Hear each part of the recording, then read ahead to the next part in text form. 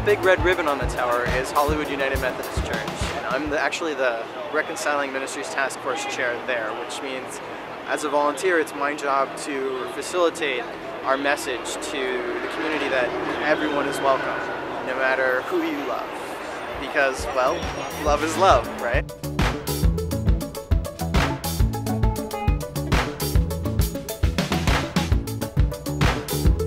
Hollywood United Methodist Church, right in the middle of Hollywood. They always call it the heart of Hollywood.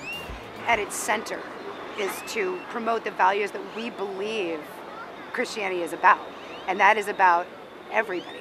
So equal rights for everyone, love for everyone. Everyone is welcome there. And we have such an unbelievable congregation of everybody. When it says everybody, it means everybody. Every race, every color, every orientation, everybody. Because you can't take God away from people. You can try, but you can't. And that's very apparent at our church. And it's not the only church. There's a lot of churches out there that are places of acceptance, places with no judgment, joy, all those great things that Christianity is supposed to be about. We're not a part of this yes when aid stuff at all.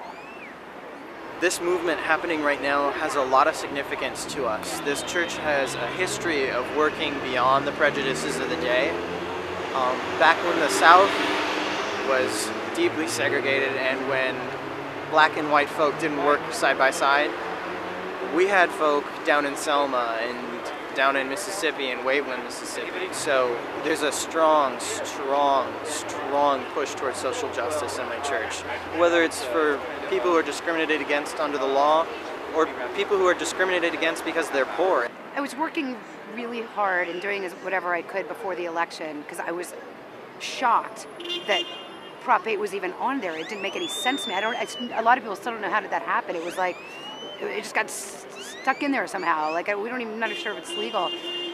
A lot of people didn't understand. They didn't understand what aid was. There was so much purposeful misleading of people to vote a certain way. A lot of money put into a lot of lies. It took actually 8 passing for people to just absolutely get together and it's just made the community, and when I say the community, I don't mean just gay and lesbian community, I mean the community of people who believe in civil rights for everyone. It's all of us. I feel like beforehand there was like a couple hundred of us, and then all of a sudden, what? That passed? I was shocked. I never thought it would pass. I did what I could beforehand anyways, but I didn't think it would pass. And then after that, like, people got mobilized, and now it's like just tens of thousands of people strong that are hurt and are sad. People are angry, but they're continuing the fight for equal rights and for civil rights for everybody. Evolving ourselves in this country has always taken everyone. Civil rights issues aren't self-serving issues. We either all have them or we don't. Being a complete believer in the great words of Martin Luther King Jr., injustice anywhere is a threat to justice everywhere. And that includes whichever group is being discriminated against at any time. A lot of people don't understand it. This has been a problem in our country before, very much so. With anti-miscegenation laws, people of different races weren't able to marry. It was actually a felony. You could be imprisoned for loving someone that was from a different race, including Native Americans, and that we only got rid of that mess in 1967. So that was like 5 minutes ago. One thing that's been tough for me, because there was a couple of religions that took responsibility for this on purpose. They're like, we are yes and aid. There was a lot of people, and understandably so, without understanding the full realm of, like, there's a lot of people, different people of faith all over the place, that there was a lot of signs that were just like against church and God and faith and everything else like that. It was like, that was heartbreaking to me. I'm like, wait a minute, don't put on all the rest of us like these clowns over here, you know? We don't feel that way.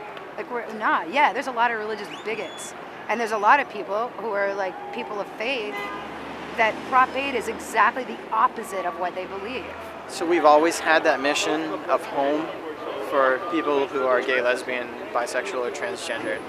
I think what led us there was AIDS activism in the early 90s and late 80s, because the church has always had a strong AIDS ministry too, and to see the stigma placed on that disease and the foul treatment towards GLBT people because of the disease, I mean, it's just one thing after another. When you start to love one kind of people, you learn that all kinds of people are alike and deserving of love. It's extremely embarrassing and hurtful and just flat out wrong for people to try to hijack God and use God as a method of discriminating against people. That is just, it's so wrong. It's so embarrassing. And there's so many people, church-going people, God-loving people, Christians, who believe in civil rights and are horrified about Prop 8. They can't hijack God. God is love, love is God. You know, we're out here doing the Lord's work. No one ate.